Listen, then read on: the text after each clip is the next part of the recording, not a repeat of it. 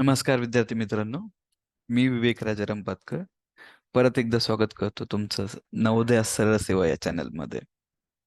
तर आज आपण तलाठी जे क्वेश्चन पेपर सॉल्व्ह करत होतो तर त्याचा संच दुसरा आहे फॉर इंग्लिश ओनली. तर लेट्स से क्वेश्चन नंबर 1 काय म्हणतोय.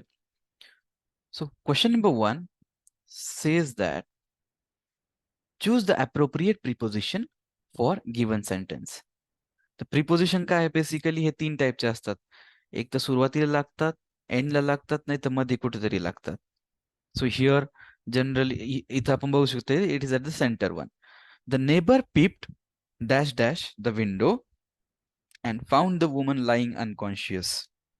म्हणजे बेसिकली काय होतंय, ही जी ऍक्शन आहे तर ती ऍक्शन एका जागेवरून दुसऱ्या जागेकडे बघणं, म्हणजे there is a medium window, we are just looking from one end, एका एंड पासून दुसऱ्या एंडला बघण्याचा प्रयत्न करतोय तो माणूस. नाव जनरली काय होतं, जेव्हा असे मीडियम्स असेल, डोअर, विंडोज जे ओपन होऊ शकतात, क्लोज होऊ शकतात, तिथं मॅक्झिमम टाइम्स आपण थ्रू यूज करतो. Now let me give an example. I saw through the window, he walked through the door. तर जे पण काही ओपन क्लोज होऊ शकतंय, we generally use through over there. So the neighbour peep through the window and found the woman lying unconscious. Yep. Now let's move to the next question. So question number 2 says that choose the option that best expresses the meaning of the highlighted idiom or phrase. He is like a bear with a sore head. म्हणजे तो एक भालू सारखा आहे ज्याचं गरम डोकं आहे. तर जर भालू आहे आणि उसकं डोकं गरम आहे तर काय होईल, जनरली तो खूप इरिटेबल राहील आणि त्याला आपण थोडा जरी त्रास दिला तर तो लगेच रिॲक्ट करतो. तर इथं काय होतं, बॅड टेम्पर्ड लोक तसे रिॲक्ट करतात. थोडा जरी त्रास झाला की लगेच ओरडणार वगैरे. So he is like a bear with a sore head means a person is generally bad tempered. Okay, तर हे तुम्हाला पाठ करावे लागतील, याला काय दुसरा उपाय नाहीये. इफ यू गाईज नीड, तुम्हाला जर पाहिजे असेल तर मला सांगा, मी तुम्हाला जे प्रचलित idioms आहेत, phrases आहेत, I will just give them to you in a list. Now next question. Choose the most appropriate uses to fill in the blanks in the given sentence. He is dash dash to drinking and spends dash dash on alcohol every evening. आता ही जी blank आहे, तर like he is dashly dependent, heavily dependent येतो on something. So he is addicted to drinking. तर addicted हा शब्द correct आहे. And spends dash dash on alcohol every evening. On every evening म्हणजे काय आहे, तर तो खूप जास्त लॅविशली यू कॅन से, खूप जास्त अमाऊंट मध्ये पैसे खर्च करतोय आणि it is continuous, infinitely continuous. Let's say spends, so lavishly, so addicted and lavishly would be correct. So he is addicted to drinking and spends lavishly on alcohol every evening. रंगील दिसतोय माणूस. क्या बढ़िया था गुरु. Okay, let's move on to the next question. Now if we move on to the next question guys, which is question number 4, choose the option that correctly spells the words to be filled in the given sentence. During the world tour, my friend enjoyed visiting dash dash and dash dash. आता जर बघितलं तर हे mostly Seattle आणि Edinburgh हे दोन cities आहेत खूप famous. Seattle I know it is in US, Edinburgh बघावं लागेल, but mostly I think it is in US only. तर हे जे दोन सिटीज आहेत त्यांनी बघितल्यात. आता याला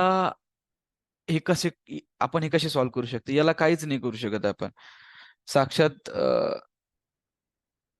म्हणजे देव जरी आले ते पण तुम्हाला हेच सांगतील की learn or see and try to remember the spellings of new and different English words. तर ज्या सिटीज आहेत, लाईक लेट्स से अमेरिकेच्या, ऑस्ट्रेलियाच्या, इंग्लंडच्या, if you need those let me know in the comment box. याचं उत्तर जे राहील, सियाटलची स्पेलिंग आहे SEATTLE, सियाटल, आणि एडिनबर्ग इज EDINBURGH. तर last D is the correct option. आता क्वेश्चन नंबर 5 काय म्हणतो आपण जरा बघूया. Choose the option that best punctuates the given sentence. तर पंच्युएशन मार्क्स आपल्याला टाकायचे. Why don't you visit the doctor said my mother. I am repeating the question. Y don't you visit the doctor said my mother. तर पहिले मला काय कळतंय की Y don't you visit the doctor हा एक क्वेश्चन आहे, हा एक प्रश्न आहे. तर त्यानंतर क्वेश्चन मार्क आला पाहिजे. तर लेट्स सी कोणत्या ऑप्शन मध्ये आहे का क्वेश्चन मार्क. इथं नाहीये, इथं नाहीये, नाहीये, इथं आहे. So easy peasy lemon squeezy, option D हे उत्तर आहे. Okay, with that understanding let's move on to the next question. Choose the correct form of adjective for the given sentence. The law requires dash dash reform to ensure justice for all. आता इथं adjective आपल्याला पाहिजे आणि reform जो आहे तो एक noun आहे. तर इथं नाऊन बेसिकली ऍडजेक्टिव्ह आपण शोधूया. रेडिकलिझम बेसिकली हा एक नाऊन आहे, तर ये नहीं आएगा. रेसिस्ट भी नहीं आएगा, तर रेडिकली बरोबर बसणार नाही. Radical fits in correctly. So the law requires radical reform to ensure justice for all. Now, with that understanding, let's move on to the next question. So question number 7 says that choose all the option that has all words spelled correctly. तर आता इथं बघा spelling आपल्याला तशा इथं जर 3 option दिलेले आहेत, तर always start with what we know. असं भरपूर वेळेस असं होतं की आपल्याला स्पेलिंग्स काही काही माहित नसतात, काही काही माहित आहे. तर let's start with what we know. So PROMISE, प्रॉमिसची स्पेलिंग बरोबर आहे. तर हॅपी प्रॉमिस डे असतो त्याच्यातला प्रॉमिस आहे हा. तर वी नो दिस, तर ठीक आहे. PROMICE कुठंच नसतं, तर हा आपण एलिमिनेट केला. भरपूर सारे क्वेश्चन तुम्ही एलिमिनेटही करू शकताय. Now let's say we know about television, TELEVISION. तर टेलिव्हिजन मध्ये कधीच जेड नसतो, तर हा पण एलिमिनेट झाला. नाव ग्रामर मध्ये we know that double M असतं, तर here there is double M. So this is the correct option and C is not. So question number 7 चं करेक्ट ऑप्शन आहे B. Let's move on to question number 8. Choose the correct form of verb that is in agreement with the subject. आता let's say dash dash someone at the door, I can hear a knock. तर someone जे आहे ना, हे is singular subject. So we will need to find a singular helping verb over there. इथं are is not singular, where is not singular, has is not singular, is singular. So is someone at the door, I can hear a knock. हे याचं बरोबर उत्तर राहील. Now let's move on to the next question, that is question number 9. Now choose the option with the appropriate suffix to complete the given sentence. Suffix means word च्या नंतर लागणार. Let's say इथे एक word आहे, पाठीमागे जे लागतं you call it as suffix, and पुढे जे लागतं त्याला म्हणतो आपण prefix. So here they have asked us to solve, like to add the suffix.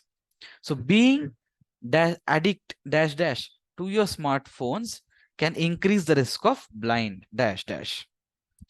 तर being म्हणजे हे कंटिन्युअस आहे. तर being addicted सवय लागलेली आहे, like being addicted to your smartphones can increase the risk of blindness. So let's say addicted, ED इथं होतं, आपण हे सिलेक्ट करू शकत होतो. And even if we don't know about addicted, तर इथं बघूया blind. So risk of blindness बरोबर आहे. Hood is not correct, blindhood nahi, blindity nahi, blindness. So you have to just select the most correct option. So let's go ahead by putting this suffixes in the sentence आणि आपण बघूया की sentence कसा ऐकायला येतो. So being addicted to your smartphones can increase the risk of blindness. म्हणून म्हणतो जास्त युट्यूबचे व्हिडिओ नाही बघायचे. कामाचे आमचे जे शिकवतोय, if you are preparing for सरळ सेवा, learn about सरळ सेवा from YouTube. Let's move on to the next question, which is choose the correct form of verb for the given sentence. The social foundation dash dash most of its money through donations from the wealthy. तर आता इथं जे बघितलं, social foundation ही एक third singular व्यक्ती आहे. Like let's say singular subject आहे. ही, जसं की आपण म्हणतो ही, शी, इट. ओके. तर जेव्हा पण असं सिंग्युलर सब्जेक्ट येतो, वर्बच्या पाठीमागे एस लागतो. Just to give an example, he speaks, she walks, he eats. The social foundation receives. Receive या वर्बच्या पाठीमागे एस लागला. So the social foundation receives most of its money through donation from the wealthy. Okay. Now we'll move on to the next question. आपण पुढच्या प्रश्नाकडे move करूया.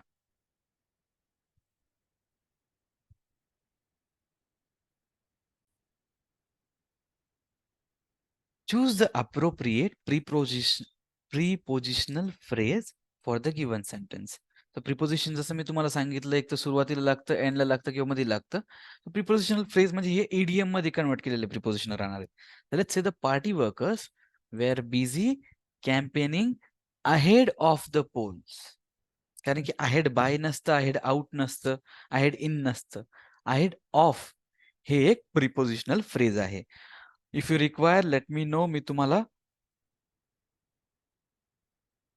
Separately list देईल इडियम्सची आणि फ्रेजेसची. ओके. नेक्स्ट क्वेश्चनवर मूव्ह करूया. Question number 12. Choose the appropriate articles to complete the given sentence. Now she has 2 children, boy and dash girl. Dash boy is 2 and the girl is 5. तर हे basically असं सांगतायत की त्या लेडीला 2 मुलं आहेत, चिल्ड्रन आहेत. So it's a plural. आणि मग हे सांगते की एका पर्टिक्युलर बॉय बद्दल आणि पर्टिक्युलर गर्ल बद्दल. Let's say she has 2 children, a boy and a girl. Initially त्यांना कंबाईन केलं होतं, आता स्पेसिफिक करायचंय. She has 2 children, a boy and a girl. The boy is 2 and the girl is 5. हे त्यांच्या एज बद्दल बोलते. स्पेसिफिक गेले बघा. द बॉयची एज जी आहे ती 2 आहे, 2 इयर्स ओल्ड आहे, आणि the girl is 5 years old. So she has 2 children, a boy and a girl. The boy is 2 and the girl is 5. So the correct option is B. Let's move on to the next question. The next question आहे question number 13. Question number 13 says, choose the most suitable determiner for the given sentence. So he is an introvert. He is not popular and has dash dash friends. Introvert म्हणजे काय? जो कमी बोलतो, कमी बोलणारा व्यक्ती, जास्त त्याची मैत्री नाही, काहीच नाही. So he is an introvert, he is not popular and has, म्हणजे त्याचे कमी मित्र राहणार आहे. राईट. जो कमी बोलतो त्याचे कमी मित्र राहतात. तर इथं काय, कमी मच तर येणारच नाही. We eliminate this option. आता काय, अ लिटल फ्यू. तर रिमेंबर वन थिंग, लिटल हे तेव्हा लावतो आपण जेव्हा अनकाउंटेबल नाउन असतो. Like let's say there is little milk left in the jar. म्हणजे एका जार मध्ये थोडंसंच दूध राहिलेलं आहे, तर त्याची आपण क्वांटिटी काउंट नाही करू शकत. So wherever we can't count, but ते छोटं आहे, you put little. So there is little sugar left with me. आता फ्यू कुठे लावतो आपण? हा फ्यू जो आहे, फ्यू लावणार जिथं काउंटेबल आहे. आता लेट्स से की असं नाही म्हणू शकत ना की he has little friends. No, you have to say he has few friends, तिथं आपण काउंट करू शकतो, right. Individual quantity can be counted. So he has few friends, म्हणजे 2, 3, 4. Okay. So little is used जेव्हा अनकाउंटेबल नाउन असतात, आणि few is used जेव्हा countable noun असतात. दोन्ही कमीच असतात. Next, choose the correct form of tense for the given sentence. Now, it dash impossible dash a crying baby. आता हे कंटिन्युअस टेन्स आहे, राईट. तर इथं काय आपल्याला जे कंटिन्युअसली टाकावं लागेल. सो इट इज इम्पॉसिबल, तर इज बरोबर बसतंय. Impossible ignoring a crying baby doesn't make any sense. तर आता नेक्स्ट ऑप्शन टाकून बघू. It is impossible to ignore a crying baby. तर this is making more sense. तो we will go with option D.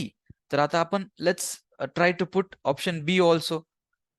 It had been impossible to ignoring a crying baby. नाही, हे past future present मध्ये खेळतंय. We don't need that. It was impossible ignoring a crying baby. ठीक है, ये भी हो सकता है, but it is impossible to ignore a crying baby हे कंटिन्युअस मध्ये बरोबर बसतंय. So let's move on to the next question. That is question number 15. Choose the correct option with the appropriate suffix to complete the given sentence. जसं मी तुम्हाला पूर्वी सांगितलं, suffix हे वर्डच्या पाठीमागे लागतील. Now children who do not perform well in examination need a lot of encouragement. याला आपल्याला basically N noun नाही करायचं, याला आपल्याला नाउन बनायचं. तर ऑप्शन जर बघितले, एन्करेज्ड नाही येणार. It doesn't become a noun. Encourageful हा शब्दच नाहीये. encouraging नाही. encouragement is correct. So children who do not perform well in examination need a lot of encouragement. तर मित्रांनो, तुम्हाला वाचन करायचंय. You need to read. आणि जेव्हा तुम्ही असं रॅन्डमली काही वाचा, newspapers, your favourite books, novels in English, तर यांनी काय होईल, असे जर काही क्वेश्चन्स असतील तर हे तुम्हाला ऑटोमॅटिक येतील. You don't need to have extra knowledge of grammar or something to crack this type of questions. Okay, with that knowledge, let's move on to the next question, that is question number 16. Choose the correct form of adjective for the given sentence. In the office, Pawan was dash dash Jadhav. Now, आता इथं senior दिसतंय आणि Superior दिसतंय. तर senior basically आपण तेव्हा use करतो जेव्हा आपण कंपॅरिझन करतोय एकाच ग्रुपमध्ये. Let's say in the office, आता ते एकाच ग्रुपमध्ये कंपॅरिझन होतंय. So in the office Pavan was senior to Jadhav. आता सुपिरियर, आता सिनियर आपण कधी यूज करतो, एकाच ग्रुपमध्ये कंपॅरिझन होतंय, ते एजचं असेल, एखादा माणूस खूप जास्त दिवसांपासून एका कंपनीमध्ये असतो और हायर पोझिशनला राहतो. Okay, so senior is used when we compare in the same group for age or seniority. Superior तेव्हा यूज करतो तिथं एजशी काही घेणं देणं नसतं. It is comparison between the status आणि the quality of work. Okay, superior quality of work आणि स्टेटस जेव्हा जास्त असेल तेव्हा यूज करतो आपण. सो इथं सेम ग्रुपमध्ये आहे त्याच्यामुळे senior. Next question number 17. Choose the correct form of modal auxiliary verb for the given sentence. Dash dash it rain. There will be no match today. आता हा जो नेक्स्ट सेंटेन्स आहे हे कशावर, फर्स्ट याच्यावर डिपेंडेंट आहे की मॅच होणार नाही. जर असं काही झालं तर मॅच होणार नाही. तर ती कंडिशन एकदम म्हणजे लाईक ती झालं तर हे होऊ शकत नाही असं काहीतरी. सो विल इट रेन हा एक क्वेश्चन झाला. इथं तर कॉमा आहे. That doesn't make sense. Could it rain? No. Would it rain? No. Should it rain? There will be no match today. हे योग्य आन्सर राहील मित्रांनो. आपण आता मूव्ह करूया next question were. Let's move on to the next question.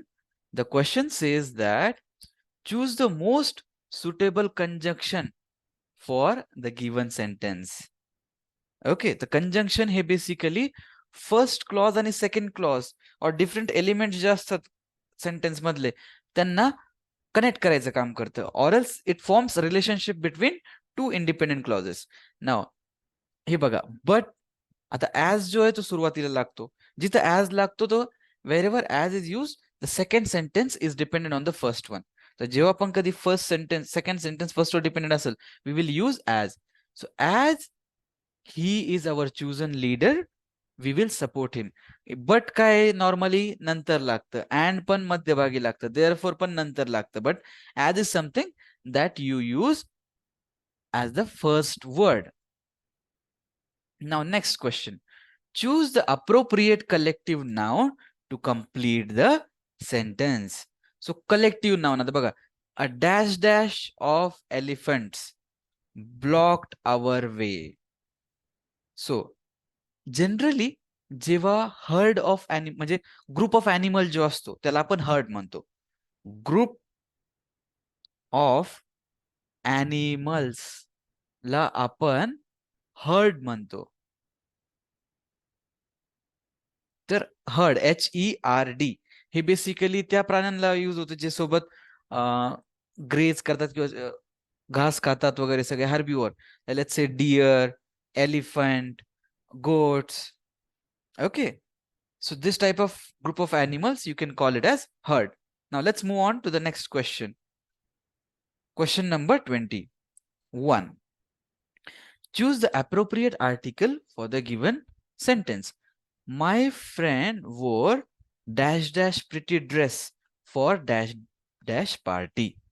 आता dress तर एकच घालणार आहे, so it is going to be a pretty dress. Whereas तुम्हाला हे पण माहिती असेल, AEIOU च्या अगोदर ॲन लागतं, त्याला आपण वोवेल्स म्हणतो. आणि जे AEIOU नाहीये ते कॉन्सोनंट आहे, त्याच्या अगोदर आपण मोस्टली ए लावतो. सो माय फ्रेंड वोर अ pretty dress for the party. यांनी जे ऑकेजन आहे ते स्पेसिफिक केलंय, सो याचा आन्सर राहील बी.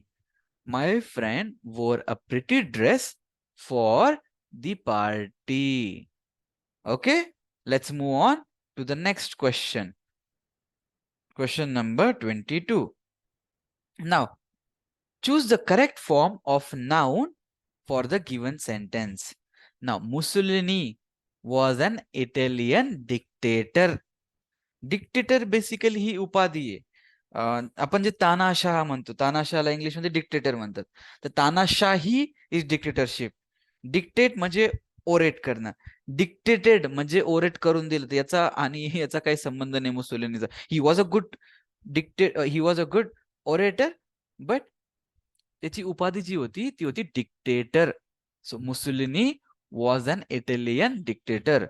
You can say Hitler was a German dictator, जे तानाशाह असतात, right. Idi Amin was dictator of Uganda. Uganda country आहे. हे तो लेटेस्ट न्यूज आहे. Next, let's move on to the next question. Choose the option that best punctuates the given sentence. Now, these are he my favorite type of questions asतात. So he said, I am speaking the truth. Basically, I'm reading it again. परत वाचतोय बघा. He said, I am speaking the truth. जेव्हा असं कोणी म्हणतं ना he said, तर कोणी कोणाला तरी म्हटलंय, तिथं काय येईल? Quotation mark. आता बघूया कुठं कुठं आहेत कोटेशन मार्क. इथं आहे, इथं नाहीये तर हा ऑप्शन कॅन्सल, इथं आहे, इथं नाहीये तर हा ऑप्शन कॅन्सल. आता आय जे असतं, आय हे हमेशा कॅपिटल असतं, तर you cancel this option. Option C is correct. हे बघा, आपण खूप सारे आन्सर जे आहेत ते इलिमिनेशन प्रोसेस यूज करून पण आणू शकतोय.